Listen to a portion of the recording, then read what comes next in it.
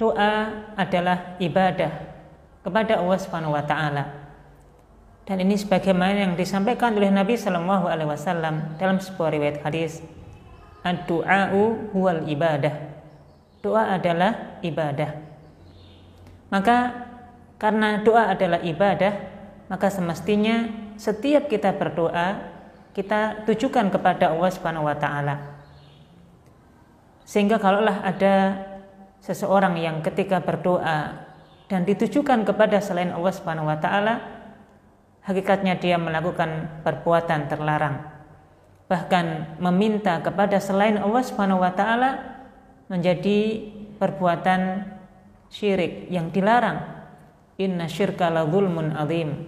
Sesungguhnya syirik adalah kezaliman yang sangat besar.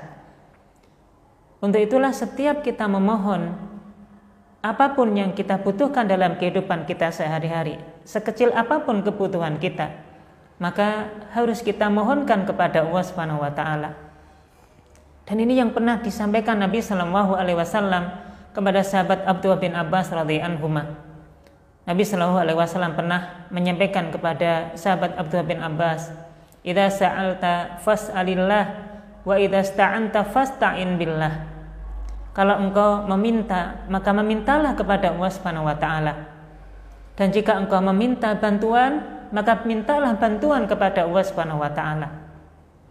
Bahkan kita diperintahkan untuk meminta kepada Allah Subhanahu wa taala dalam kondisi hajat yang sekecil apapun.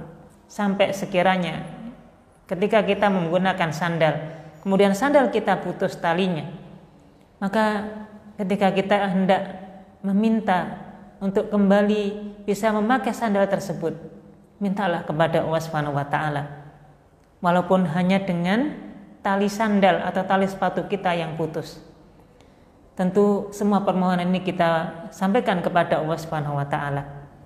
Yang dengan izin Allah Subhanahu wa taala kita akan diberikan kemudahan.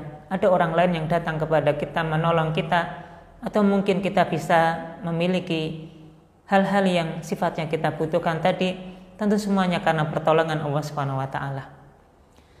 Untuk itu kita dilarang untuk berdoa kepada makhluk, minta kepada kuburan misalnya, termasuk misalnya kepada kuburan orang-orang soleh terdahulu. Kita dilarang untuk meminta kepada kuburan-kuburan ini. Mintalah kepada Allah Subhanahu wa taala. Kita dilarang untuk meminta kepada benda-benda, minta kepada pohon, minta kepada patung, minta kepada tempat-tempat yang dikeramatkan.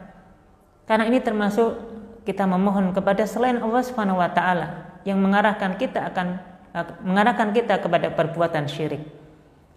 Untuk itu kita tinggalkan ini semuanya dan kita mohon kepada Allah Subhanahu wa taala, kita berdoa kepada Allah Subhanahu wa taala, meminta bantuan semata-mata kepada Allah Subhanahu wa taala, dan tidak kita lakukan permohonan ini kepada selain Allah Subhanahu wa taala.